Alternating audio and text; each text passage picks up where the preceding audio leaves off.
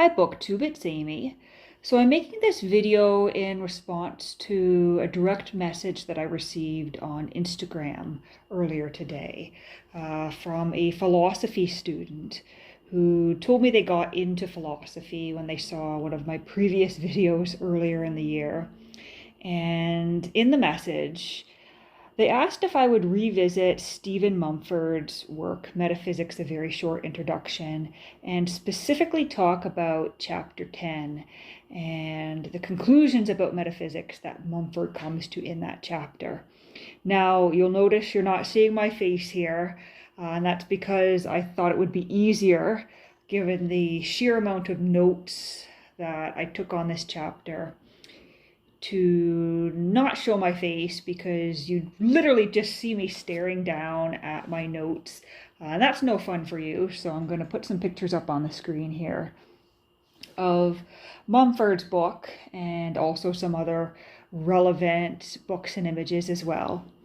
But Chapter 10 is the final chapter of Mumford's very short introduction to metaphysics, and in it he tries to come to some sort of conclusion about what metaphysics is and the usefulness of metaphysics. And so he says that throughout the other 9 chapters of this book, essentially what we've done is practice metaphysics. We've gone through these various mental exercises and thought experiments. And what we've been doing is engaging in metaphysics. And he follows this up by saying, okay, yes, we've been doing this, but what exactly have we been doing in these thought experiments? And this is a direct quote from the text here. He says that one answer is that we have been trying to understand the fundamental nature of reality, which is all well and good, except when he points out that this is also what science and physics is trying to do. Physics and science, well, they're also trying to understand the fundamental nature of reality. The difference is in the approach. So science is looking at the concrete and the specific, Mumford says. The truths of metaphysics are, instead of concrete and specific, they're very general and abstract. And when we talk about physics, he says that both physics and metaphysics are dealing with the same subject matter, that nature of the world, but they understand it from different directions. Physics, he says, is focusing on what the senses can observe, whereas metaphysics is not always all about what our senses can observe. In fact, much of what metaphysics focuses on is the non-empirical, so the things that you actually can't see or perceive with your senses.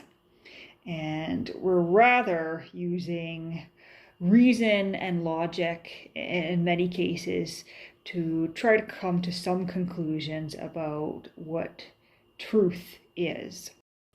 Now, when we talk about the word metaphysics itself, meta can mean above or beyond, so above and beyond physics. But the word metaphysics is, as Mumford says, kind of an historical accident. It comes from Aristotle. Aristotle, of course, has 2 famous books in his philosophy, one titled Physics, the other Metaphysics, and it was an editor of Aristotle, so not even Aristotle himself, who came up with the term metaphysics. An editor who simply decided to title the books that came after Aristotle's Physics as Metaphysics, literally the books that come after the physics. And that term has sort of stuck, and so now we call this difficult to define discipline metaphysics. And Mumford seems to suggest that the history of the debates around metaphysics are a bit of a mess. We go from Aristotle's work, where he didn't even use the term metaphysics, to more recent philosophers like Hume and Kant, and the fact that metaphysics itself as a discipline has been challenged on the ground that it's non-empirical. The evidence we use to reach truths or to theorize about truths in metaphysics, it doesn't come from what we can observe with our senses, as I said earlier. And the philosopher Hume found this quite problematic, and in his works, he pretty much dismissed metaphysics altogether, Mumford says. And Hume's arguments continue to resurface today, and there are people who say that metaphysics should be thrown out with the fire because it's useless. And we have Kant's response to Hume's critique of metaphysics in 1781 with his Critique of Pure Reason, which I'm hoping to read at some point. In it, Kant tried to solve this problem of metaphysics by narrowing its scope. He narrowed it from being about the structure of the world to instead being about the structure of our thinking about the world.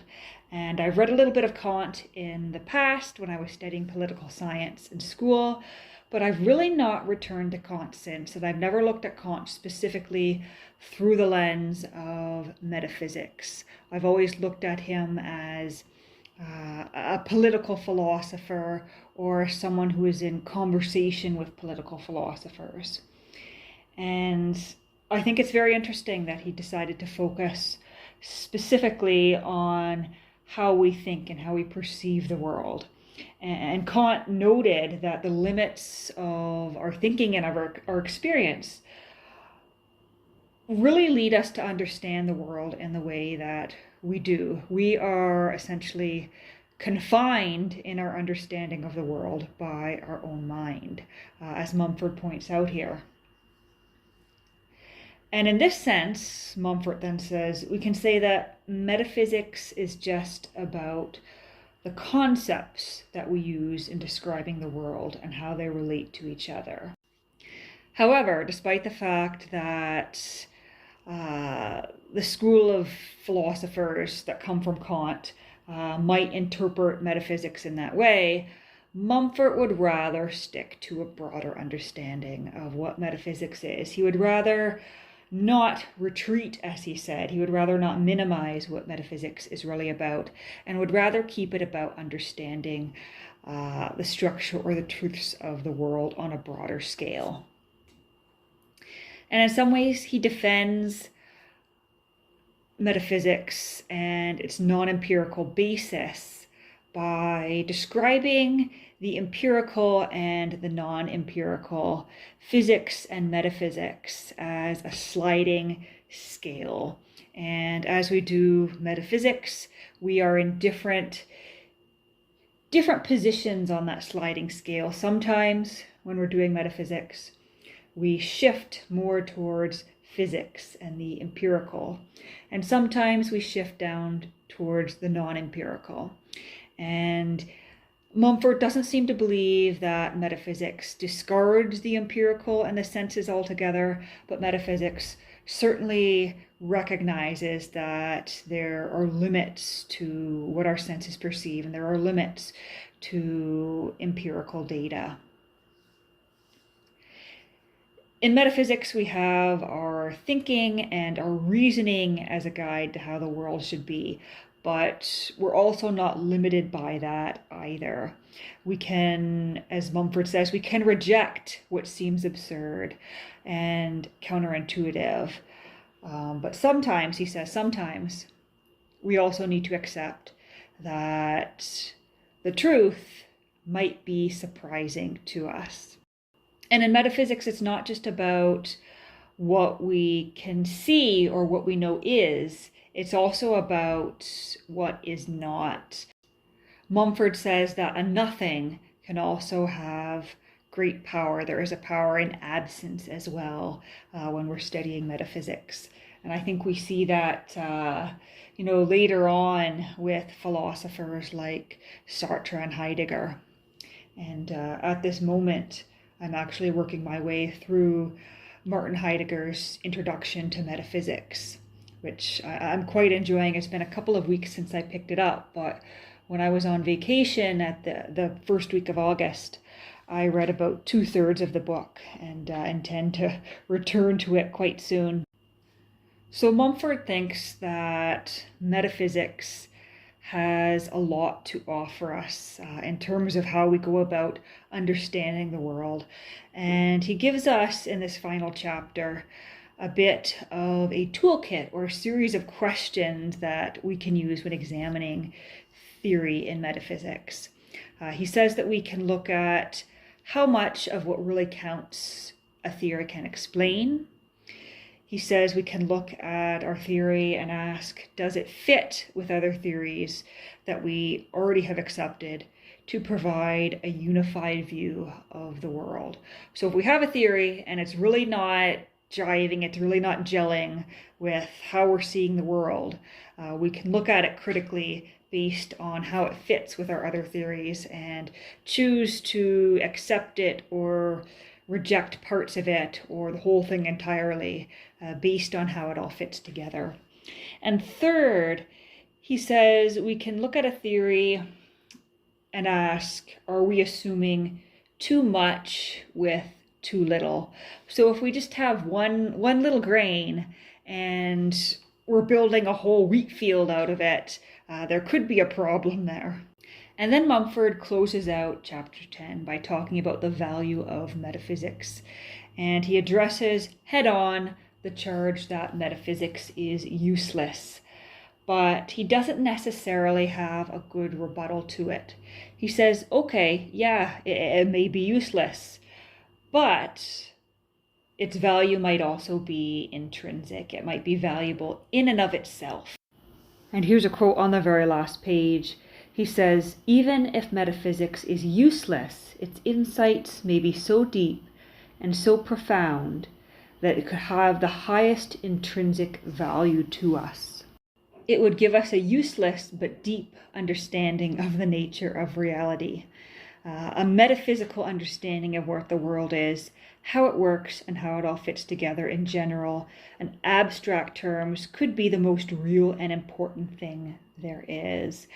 And so I think the conclusion he's coming to here, or what he's trying to say to us, is that there may not be immediate and real value in studying metaphysics, but the value in studying it is something that we gain for ourselves through these thought experiments. And he doesn't say it here, but in reading and studying metaphysics, we're teaching ourselves how to think. We're getting the satisfaction of exercising our mind. And even if the theories we're exploring don't bring us to some ultimate truth or some ultimate understanding, I think just in thinking about these things, it does allow us to understand ourselves and perhaps to understand or begin to understand how the world works in some way, even if we don't reach those ultimate truths, whatever those may be. So that is chapter 10 of Stephen Mumford's Metaphysics. And as I said at the beginning of this video, I have been continuing to read some works of metaphysics since I first posted a video on here several months ago now. I think I went back and looked, and it was May 5th of this year when I first posted a video that I was intending to read some metaphysics. And since then I've read a couple more introductory books, and I've been tackling the Heidegger, which is perhaps a little bit backwards because I actually haven't read Aristotle's The Metaphysics yet. And so if I were going in chronological order, perhaps I really should have done that first. But I picked up the Heidegger because that's what caught my interest at the time. And there is value, in reading things chronologically, but sometimes I think there's even more value in just going where your mind leads you, where your impulses and your desire to read leads you.